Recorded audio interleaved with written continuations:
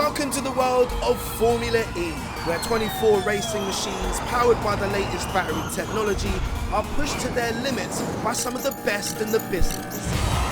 14 emissions-free races are held in dynamic city centres across the globe in order to find a champion. Formula E races are 45 minutes long, plus one final flying lap. And with speeds hitting 280 kilometers an hour, the action on the tight street circuits is some of the most dramatic motorsport the world has ever seen. There's incredible racing innovations like Fan Boost, where fans get to influence races directly by voting for drivers to receive a short power boost. Plus, the gaming-inspired Attack Mode, where driving off the racing line and through an activation zone initially loses time, but rewards drivers with more power and higher speeds. Bird now in attack mode, round the outside of Nick de Vries. This is racing reinvented. This is Street Racers, your guide to the incredible world of ABB Formula E. But before we get into the action here in Santiago for round 3, let's take a look back at what happens at the opening doubleheader weekend of the season in Diriyah, Saudi Arabia. We go green in Diriyah. Very quick lights out. Here's Bird round the outside of Nick de Vries. Well done, mate. Van Dorn is in the lead now. Sims drops behind him. No attack mode, we abort. Abort attack mode is the message to Van Dorn. But Bird's going for it anyway. Bird's into the lead of the race in Diriyah. What a win in Diriyah for Sam Bird.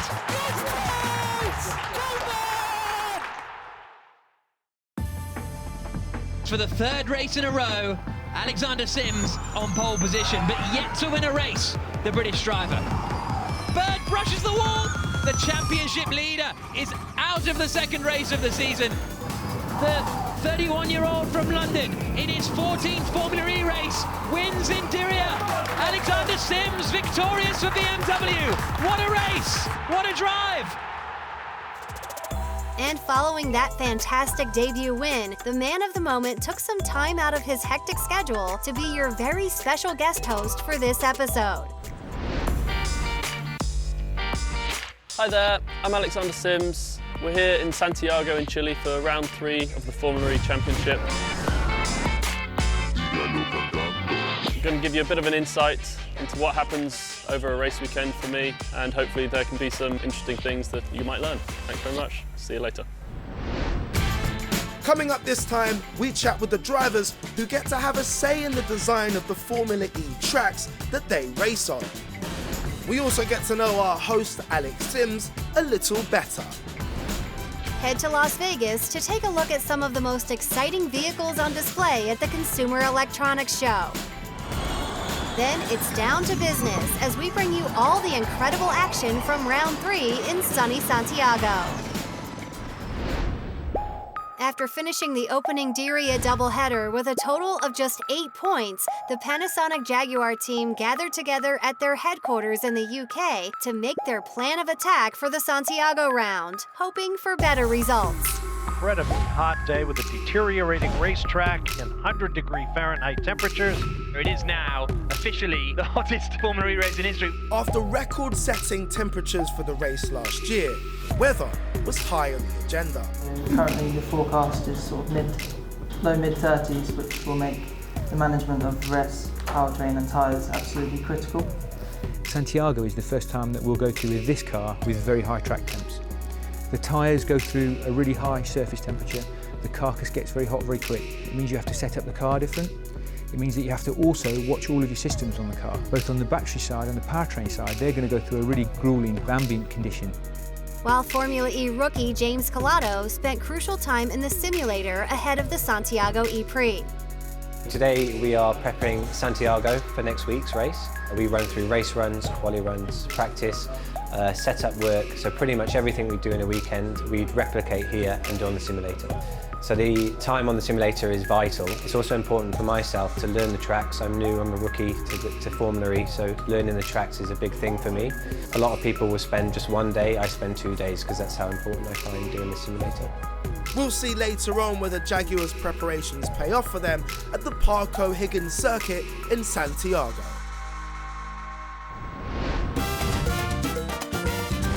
So as expected, it's really hot here, so the race is going to be pretty tough due to the temperatures. First up, we're going to go to the other guys and talk about track design. Formula E tracks can be quite different to most motorsports, and the job of designing them is tricky, with the opinions of many needing to be taken into account. And new for this season, they include the drivers themselves. In Formula E, it's specific because we built everything from scratch. So the track are designed by ourselves, but there's always a way to adjust to the wish of the driver and to have a better show. So the track design committee is taking the feedback of the driver in terms of safety and in terms of show and in terms of having, let's say, better track for the Formula E Championship. The committee is led by the FIA, and then we have teams from Formula E, our track design team, and myself as sporting director. And we have the three drivers, which are Luca Di Grassi, Jérôme D'Ambrosio and Oliver Roland. Quite often you get to a driver's briefing in Formula E and everybody's complaining about this and that, and it sometimes becomes like a long debate. And I think they came up with the idea that maybe one of us or a few of us could come in and advise and you know, represent all the drivers. Most of the times the people who design the track, they never been into a race car. So how can you know what is a great corner? It's almost like an art. There's a subjective feeling of what makes a corner great or difficult or technically or even possible to overtake or possible to defend. You have to find streets where you can have real corner, not only 90 degrees corner, and when you have enough space to have runoff area. And of course, if it's in a city, we try to block less people as possible. So you see it's a lot of constraint. And it's true that we play a lot with Google Maps at the beginning, and already what we see on Google Maps and the reality is different sometimes. I don't think there is a perfect formula for a Formula E track. I think the mix, the challenge and the difficulty of having different tarmacs and different surfaces and different temperatures, that's what brings the challenge of Formula E. And this is also a role to understand also the FIA's position and Formula E's position is sometimes you also have, well, the track is great, but it's amazing to race in Paris. It's a crazy environment, but you're not going to be able to build that perfect track there. Paris is not the best track, but the environment, we have to deal with it. I think for this year, the main guideline was to remove chicane. The most of red flags, which really is the demise in a race, happened because of a badly position or an incident in a chicane. This is the first track actually we see a change. So from last year to this year, the chicane was removed. The chicane which Sims spun Mortara last year, there were a couple of crashes. I cut at the start. Jérôme was on the radio complaining for like 2.5 laps. Did Di Grassi cut the chicane? Yes, he did. Did Di Grassi stop after cutting the chicane? No. Now there is no discussion. There is no way to cut. There is no way to gain advantage. There is no discussion for the stewards related to cutting a corner or a place. Formula E, it's the whole experience, it's the whole package, and it's not only for us, it's for the fans as well. It's you're going to see a race, but you're in a city, and so it's the whole atmosphere, and there's so many cool cities. You know, you mentioned London, New York. I mean, it's Riyadh. It's an amazing track. I think also that the fans, they want to see unpredictability. You know, they want to see, you know, extremely interesting racing, and by building these sorts of tracks, that brings that sort of element to Formula E. And you know, it's clear, you know, now when you watch Formula 1, for example, you know, the races are not very exciting, and when you switch on a Formula E race, pretty much anybody who switches them on, they enjoy watching it. Thanks guys, we certainly enjoyed the races, and later in the show we'll have all the action from yet another stunner from here in Santiago. Whilst in Santiago, we took the chance to spend some time with our host Alex Sims to find out a little more about him, starting off with how he ended up with one of the most exciting jobs in the world. There was never any desire from my side to be a racing driver. I didn't know much about motorsport before I started karting. It just sort of fell into it.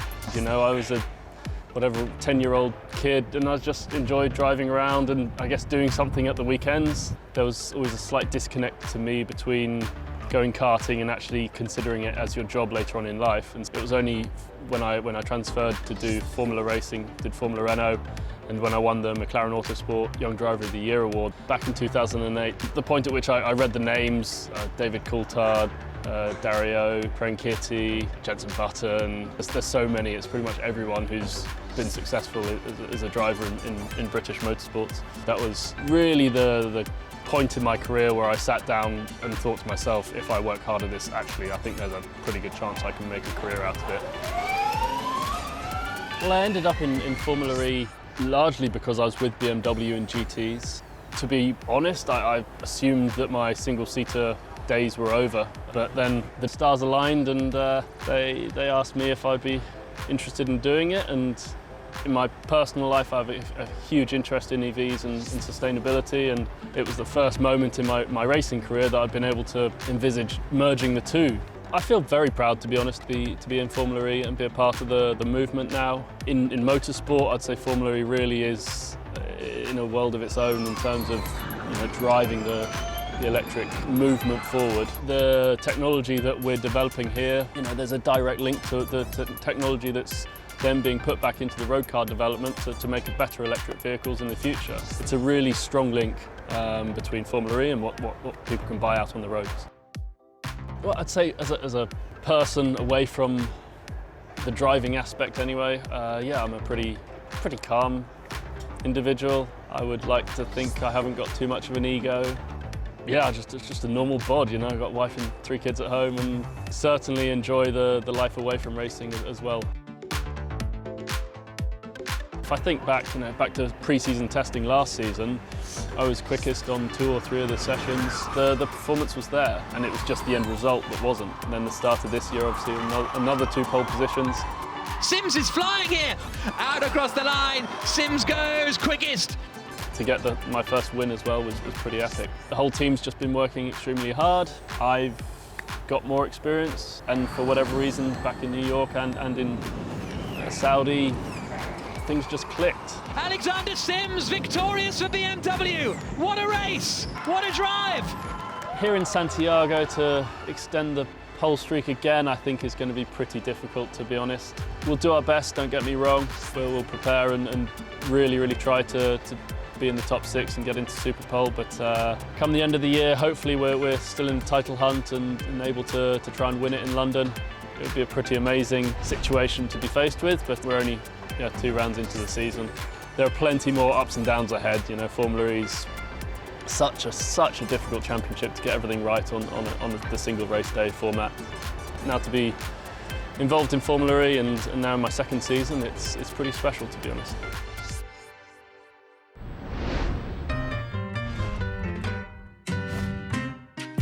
We're in Santiago, Chile for round 3 of the ABB Formula E Championship. And for our host, it was almost time for action.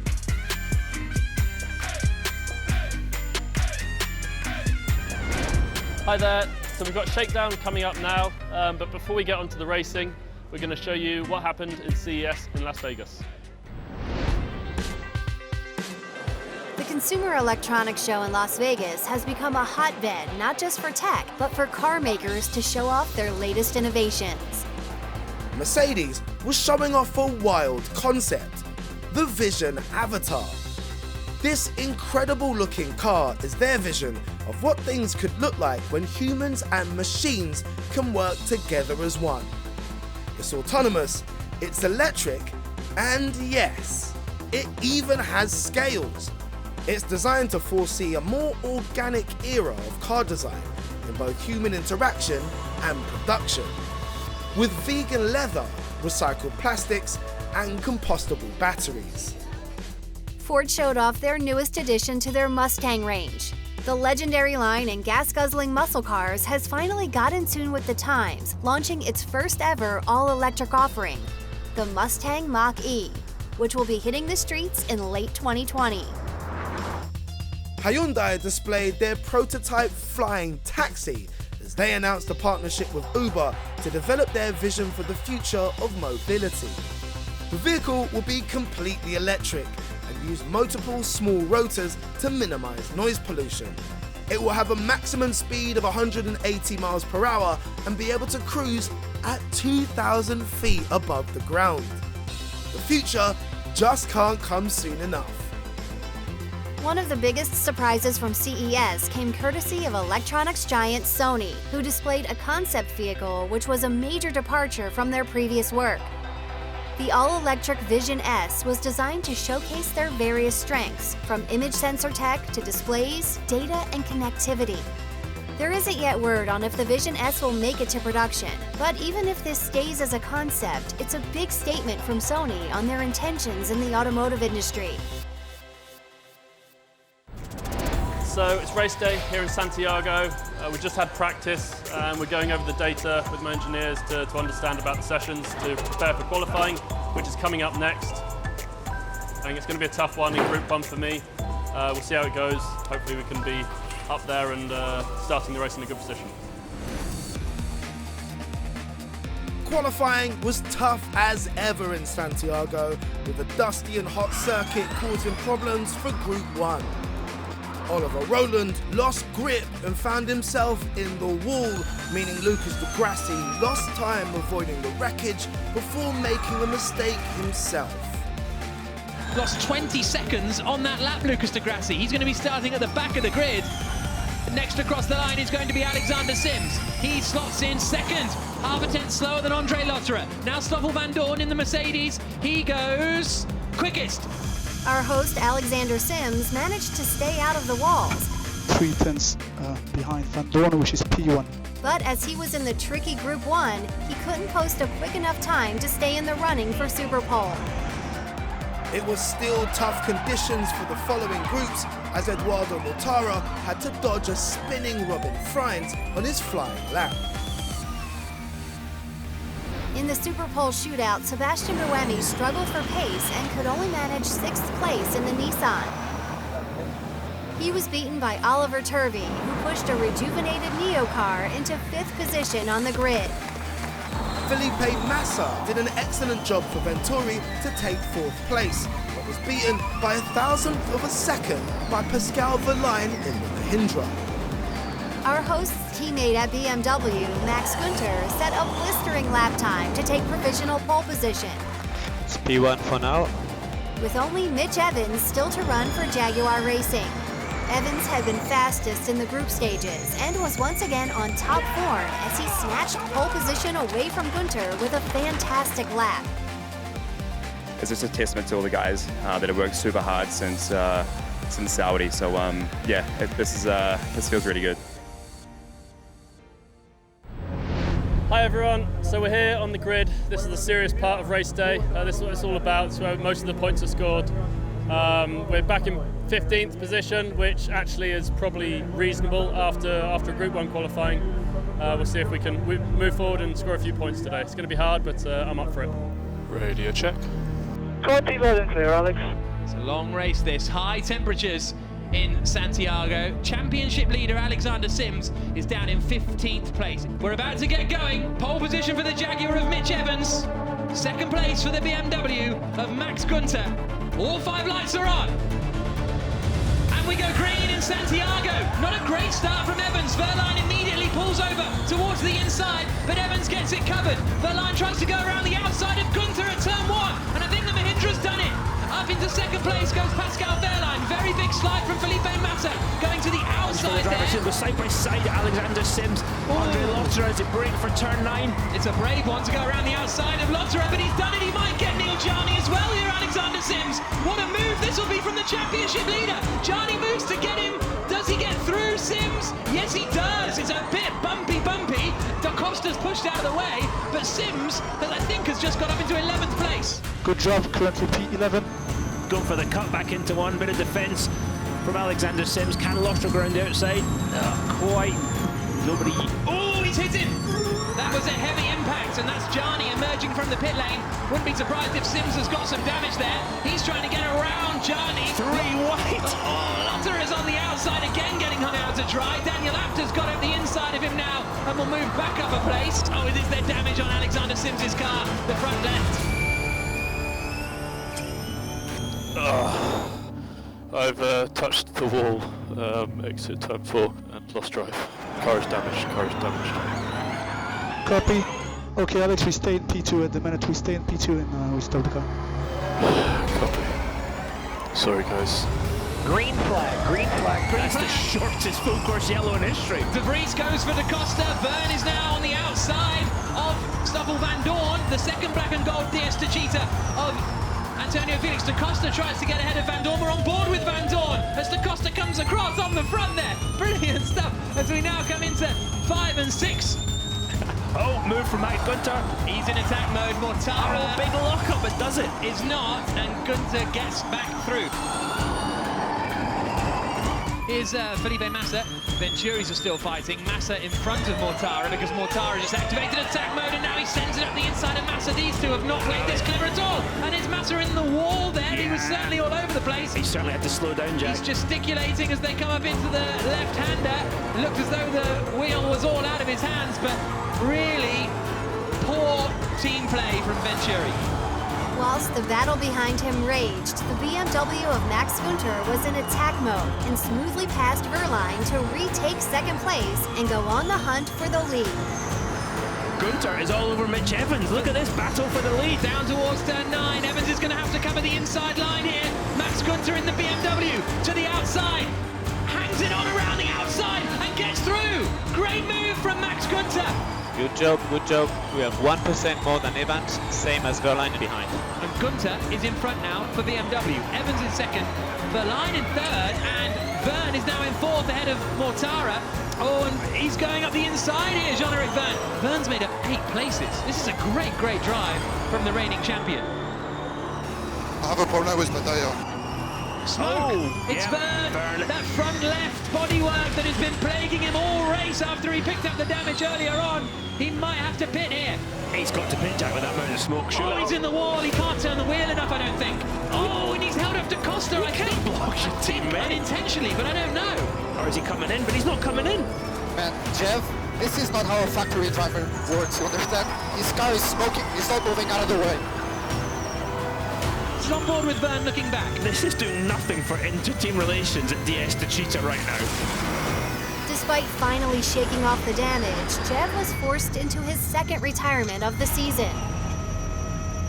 A wave to the crowd for Jean-Eric Verne, the crowd giving him a big cheer. Max Günther for BMW I Andretti, 2 seconds up the road of Mitch Evans in second place. Da Costa's got to dispatch Mitch Evans quickly if he wants to win the race. Easier said than done. There's the lift and coast from Evans, Round and Da Costa goes for it. Wow, Da Costa up into second place. If you're at this point Max Günther, you look in the mirror, you see a new car there, you think, oh dear. Turn 9, is he going to go to the inside turn 10? Here he comes! Oh, Da Costa for the they lead! hit each other! Da Costa forces his way past. Now that is robust. Stewards will have a look at that one, and we'll have to wait and see. But Antonio Felix Da Costa in the lead of the race. Across the line they come. Looking in this mirror, Da Costa looking to the left, he's defending. Up the inside goes Günther. Some aggressive defending from Antonio Felix Da Costa. Here's Günther's radio. You're starting the final lap. Let's go get him. Here we go into turn 9. Da Costa is going to be so close to 0. I think he's in big trouble on every front here, Da Costa. He goes defensive. Günther goes to the outside at turn 9, and he's done it. The BMW of Max Günther gets into the lead. They're so close to running out of usable energy, but here comes Max Günther. Are you sure? Are you sure this is the final lap? Yes, it is. Into the right-hander of turn 10. He's going to do it here. He thought he had his first podium at the last race in Diriyah. It wasn't to be. It was taken away. But now, through the final corner to win in Santiago and win in Formula E for the first time, Max Günther. Yes, come on! Thank you so much. Amazing job, guys. You can't believe how happy I am. Thanks for that. Yes! And I told you, you'll never come, and it came soon. Thanks, Lale. Yes! Max, it's Roger, super race. So pleased for you. Such an impressive drive, kept your head. Well done, very well done. Max Günther won the incredible battle with Da Costa to take his first win and the full 25 points, with Mitch Evans in third. But in securing 6th place, Stoffel Van Dorn jumps to the top of the overall driver's standings, but by only 3 points over Alex Sims, despite him scoring nothing here. So, not the race that I wanted. One small mistake from my side in the wrong place and the race was over. But fantastic day for BMW. What an exciting race that was. Well done to Max and the whole team for getting the win. So, yeah, thanks for watching and see you next time. Thanks, Alex. Better luck next time when we'll be heading north to Mexico City. Round 4 in front of the thousands of fans at the Autodromo Hermanos Rodriguez. For now, adios, street racers.